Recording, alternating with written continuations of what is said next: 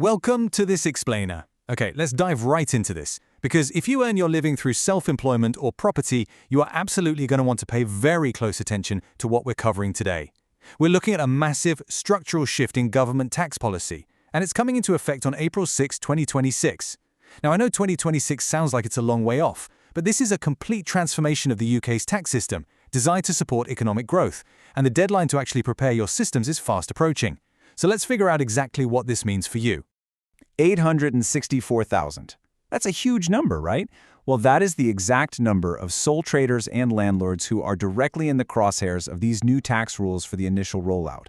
The government recently issued a formal notice really emphasizing that this specific group needs to take action to get their digital systems in place. This isn't just something that can be put off until the end of the year. If you fall into this category, there's a really pressing need to understand exactly what's required of you and, honestly, how you need to start changing your administrative habits right now. So what exactly is happening here? We're talking about making tax digital, or MTD for short. Basically, this is a new requirement to use recognized software to keep digital records of your business finances. Instead of just doing the whole shebang once a year, you're now going to send HMR Revenue and Customs, HMRC, quarterly updates of your income and your expenses. To be absolutely clear on who is in this first wave arriving in April 2026, this applies directly to those of you earning more than £50,000 from self-employment and property. If you cross that $50,000 qualifying income threshold, this new digital reporting system is mandatory for you. Now, you know how it is. Whenever a major tax change drops, the rumor mill just goes into total overdrive. So let's dispel the absolute biggest myth right away. No, you do not have to do 4 full, complicated tax returns a year. That is a total myth. The reality is actually much simpler. We're talking about light-touch quarterly updates. You definitely don't have to become a certified accountant overnight. There are free software options available out there, and once your income and expenses are recorded digitally, the software simply generates a straightforward summary and zips it directly over to HMRC. It's an automated update, not a full-blown tax return. So how does this actually reshape your year? Well, instead of absolute radio silence until January, your software will send out quick updates throughout the year. You've got August for quarter 1, November for quarter 2, February for quarter 3, and May for quarter 4. Then, at the end of the tax year, you still file a final self-assessment return by the following January 31st. But here is the really incredible benefit of this new system. Because of those 4 quick updates, your software is already going to hold all the information. Your final return is essentially pre-filled with the data you've been submitting all year long. Now here is something I honestly found really reassuring. Because let's face it, people always worry about government IT projects completely crashing on day one. But the official figures show that over 20,000 quarterly updates have already been successfully submitted. Thousands of volunteers, we're talking actual sole traders and landlords, have been participating in a voluntary testing program. They've been out there using the software, testing the pipes, and proving that the system actually works, to smooth out the whole process well before the mandatory rollout hits. But what if you earn under that £50,000 threshold and you're wondering when your time is up? Well, the government is using a phased 3-year rollout roadmap.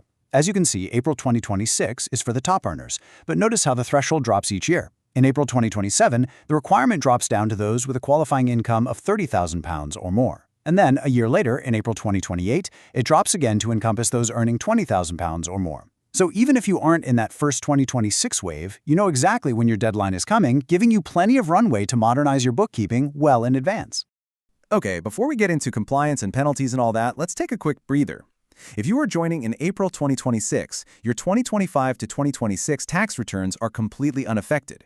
You're still going to file that specific tax return in the exact usual way by January 31st, 2027, simply because it covers the period before MTD officially begins. The very first MTD-based tax return won't actually be due until January 31st, 2028. So relax, you have time to transition cleanly. All right, we do need to address the elephant in the room here. What happens if you just don't play along? Well, £200. That is the baseline financial penalty for failing to comply with the new digital reporting system. But before you panic about getting slammed with £200 fines for a single missed update, let's look at exactly how HMRC is structuring this penalty system, because it's actually incredibly reasonable.